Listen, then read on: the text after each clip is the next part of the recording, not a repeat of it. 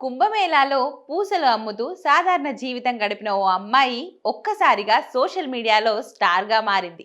ఆమె పేరే మోనాలిసా. తేనె పట్టు వంటి కళ్ళతో, చక్కని చిరునవ్వుతో, అమాయకమైన హావభావాలతో నెటిజన్ల హృదయాలను గెలుచుకుంది. మహాకుంభమేళాలో పూసలు అమ్ముతుండగా ఆమె వీడియోలు వైరల్ కావడంతో ఒక్కసారిగా దేశవ్యాప్తంగా గుర్తింపు తెచ్చుకుంది.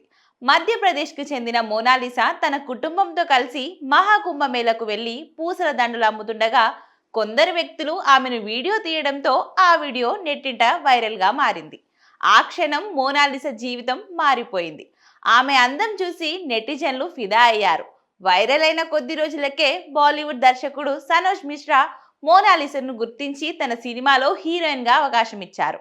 ది డైరీ ఆఫ్ మణిపూర్ చిత్రంలో మోనాలిసా నటించి వెండితెరపై అరగేట్టు చేసింది. చిన్న పాత్ర అయినా ఆమె నటన ప్రేక్షకులను ఆకట్టుకుంది.